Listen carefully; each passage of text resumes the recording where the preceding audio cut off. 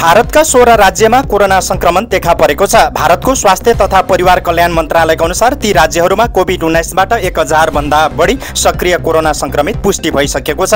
मन्त्रालयका अनुसार भारतभरि कुल 1009 जनामा कोरोना संक्रमण पुष्टि भएको छ। मन्त्रालयका अनुसार सबैभन्दा बढी कोरोना संक्रमित केरला राज्यमा देखा परेका छन्, जहाँ 403 जना सक्रिय संक्रमित छन्। यसैगरी महाराष्ट्रमा 430, दिल्लीमा 104, गुजरातमा 83, तमिलनाडुमा 69, कर्नाटकमा 47 जना संक्रमित फेला परेका छन्। यसैगरी उत्तर प्रदेशमा 15, राजस्थानमा 13, पश्चिम बङ्गालमा 12, हरियाणामा र पुडुचेरीमा 9 जना, आन्ध्र प्रदेशमा 4, मध्य प्रदेशमा 2, तेलङ्गाना, गोवा र छत्तीसगढमा 1 जना संक्रमित फेला परेको भारतीय सञ्चार माध्यमहरूले जनाएका छन्। कोरोना संक्रमणको बढ्दो जोखिमको बारेमा कर्नाटकका स्वास्थ्य मन्त्री दिनेश गुन्डुराव यसबारे धेरै चिन्ता लिनु नपर्ने बताउँछन्। उनले भने दक्षिण पूर्वी एसियाली देशहरूमा कोरोना महामारी बढिरहेको सुनेको छु। यो संक्रमण त्यति धेरै जोखिमयुक्त छैन।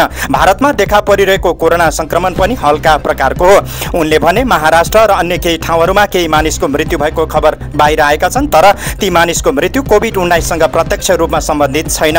यो केसमा अन्य रोगहरू पनि थिए, तर पनि संक्रमणबारे सतर्क रहनुपर्ने उनको भनाइ छ। कोरोना जोखिमबारे निगरानी बढाइरहेको र केही सावधानी पनि अपनाउने काम भइरहेको उनले बताएका छन्।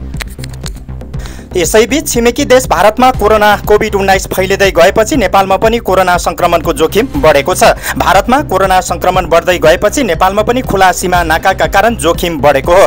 स्वास्थ्य तथा जनसङ्ख्या मन्त्रालयका प्रवक्ता डाक्टर प्रकाश बुढाथोकीले भारतमा कोरोनाको संक्रमण बढिसकेपछि खुला नाकाका कारणले गर्दा नेपालमा पनि जोखिम बढेको बताएका छन्। भारतमा धेरै मात्रामा संक्रमण नदेखिएको उनले बताएका छन्। प्रवक्ता बुढाथोकीले भारतमा कोरोना मात्रै नभई कुनै पनि संक्रामक रोग फैलिसकेपछि नेपालमा ढिलोमा 2 हप्तामा संक्रमण आइसक्ने आकलन रहेको बताएका छन्। भारतमा पछिल्लो समय संक्रमण बढेको देखिएपछि मन्त्रालयले पनि त्यही अनुसार पूर्व तयारी गरिरहेको उनले बताएका छन्। उनले खुला नाका र हवाई नाकाको डेस्कमा रहेका स्वास्थ्य कर्मीलाई तयारी अवस्थामा राखिएको जानकारी दिए। नाका नजिक रहेका अस्पताल, राष्ट्रिय जनस्वास्थ्य प्रयोगशाला, टेको अस्पताललाई पनि तयारी अवस्थामा रहन उनले भनेका छन्।